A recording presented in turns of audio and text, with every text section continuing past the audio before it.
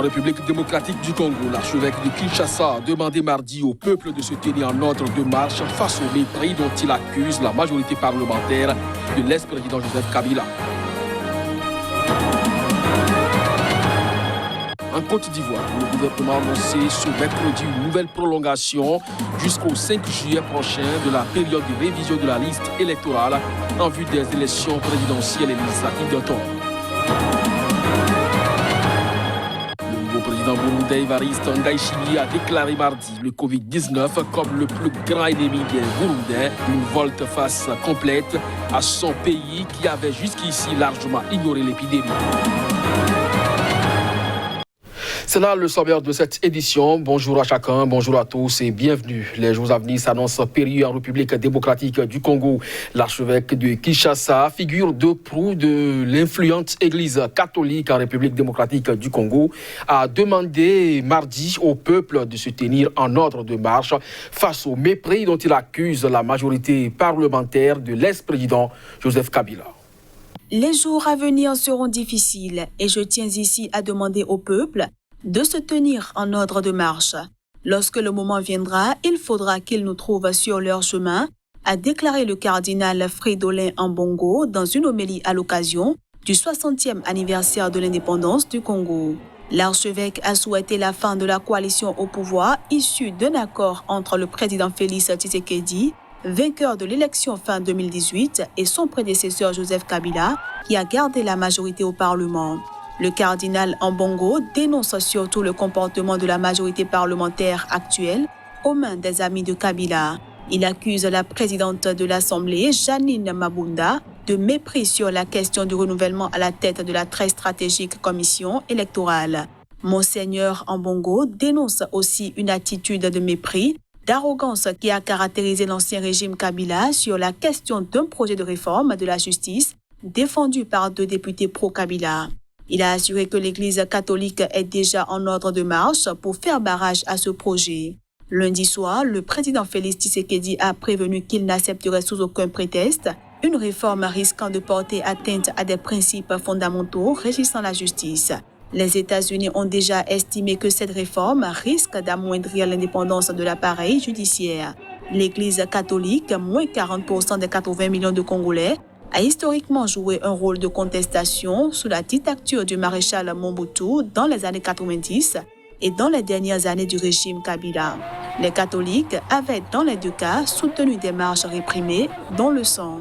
Le président français a assuré à Nouakchott que la France et ses alliés au Sahel ont réussi à inverser le rapport des forces contre les groupes djihadistes au cours des 6 derniers mois dans une zone cruciale entre le Mali, le Burkina Faso et le Niger. S'exprimant devant la presse à l'issue d'un sommet avec les chefs d'État de 5 pays du G5 Sahel, Emmanuel Macron a affirmé que la victoire est possible au Sahel. On l'écoute.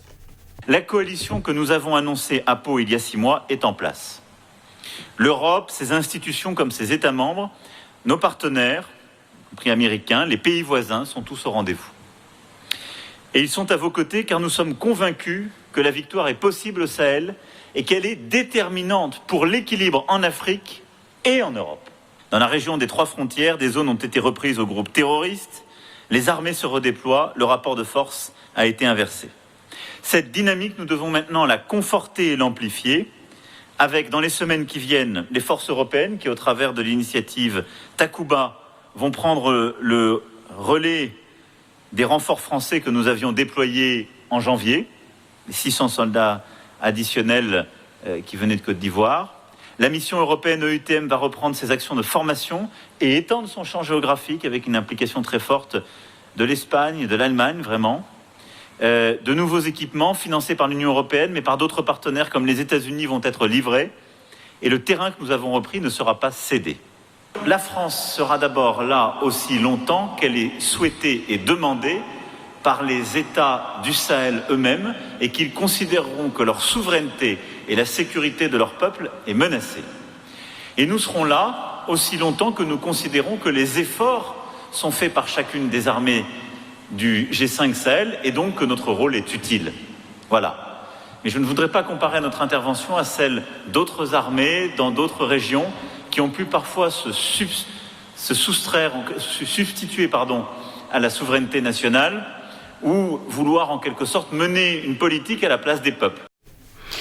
En Côte d'Ivoire, le gouvernement a annoncé ce mercredi une nouvelle prolongation d'une semaine jusqu'au 5 juillet prochain de la période de révision des listes électorales en vue du scrutin présidentiel et législatif d'octobre.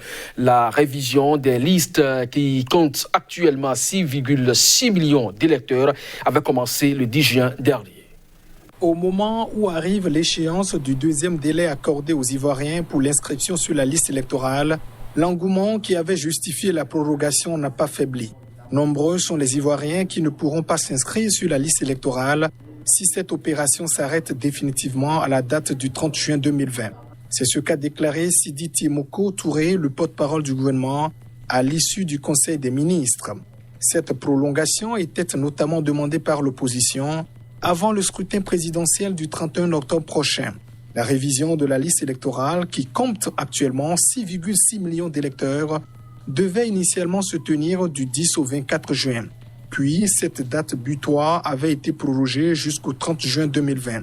La Commission électorale indépendante, qui organise l'ensemble des opérations électorales, estime que 5 millions d'Ivoiriens ne sont pas inscrits sur les listes. La Côte d'Ivoire compte 25 millions d'habitants avec une population très jeune et plusieurs millions de résidents étrangers. Il n'existe pas de statistiques récentes et fiables sur le nombre exact d'Ivoiriens majeurs de plus de 18 ans. Selon la Commission électorale indépendante, pour cette révision, quelques 35 000 agents de recensement ont été déployés sur plus de 10 800 centres, plus une centaine à l'étranger pour la diaspora.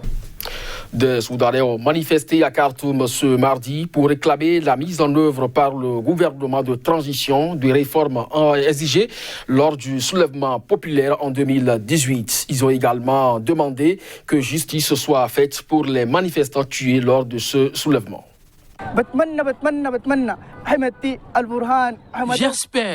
J'espère que Ahmedi Mohamed Hamdan Daglo, membre du Conseil souverain, Abdel Fattah al-Burhanz, président du Conseil souverain au pouvoir, Abdallah Hamdok, Premier ministre soudanais. J'espère que vous tous, en tant que gouvernement, vous comprendrez nos simples exigences. Les gens meurent dans les hôpitaux de maladies autres que le coronavirus. Alors, vous devez nous fournir expressément l'équipement nécessaire. En tant qu'agent de santé, j'en ai marre des hôpitaux.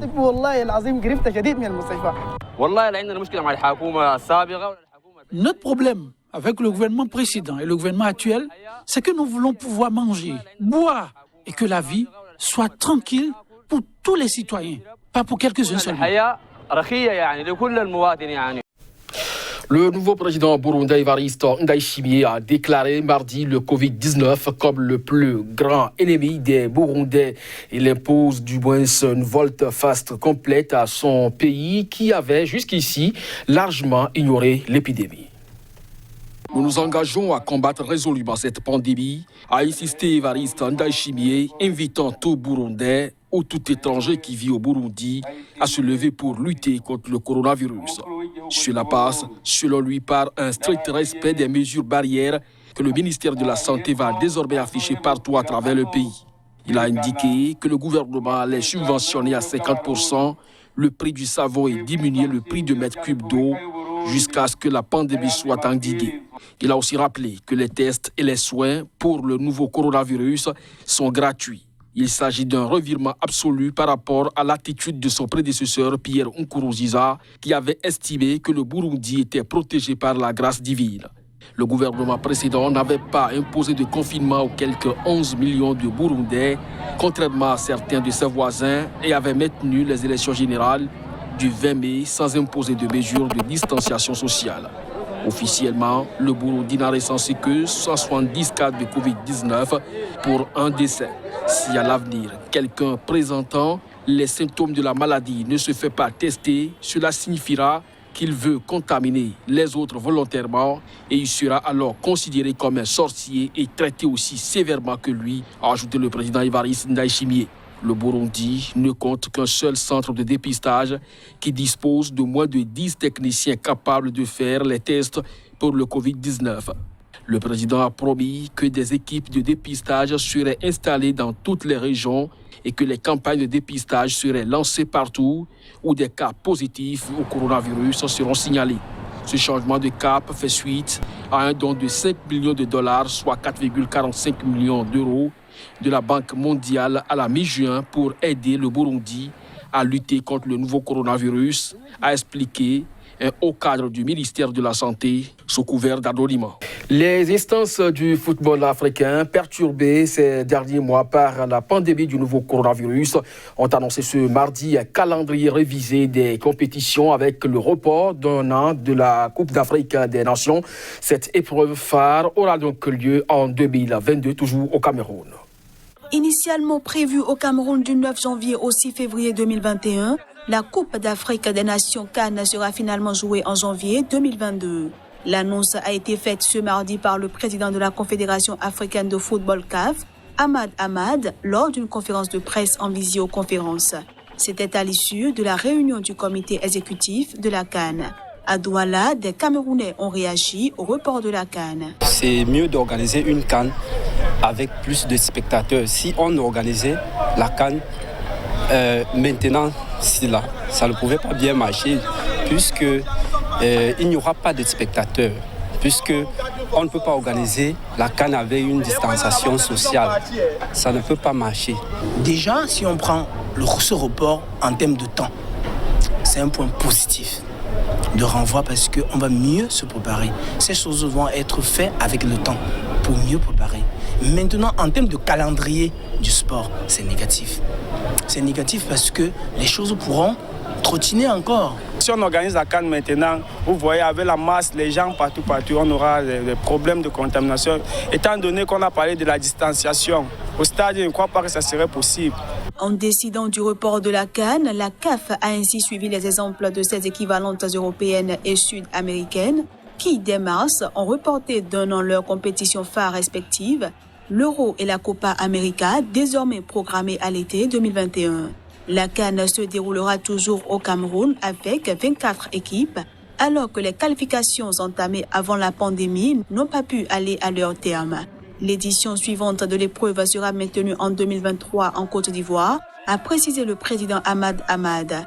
Ce dernier a par ailleurs annoncé l'annulation de la CAN féminine qui devait avoir lieu en 2020 et qui sera remplacée en 2021 par une Ligue des champions féminine.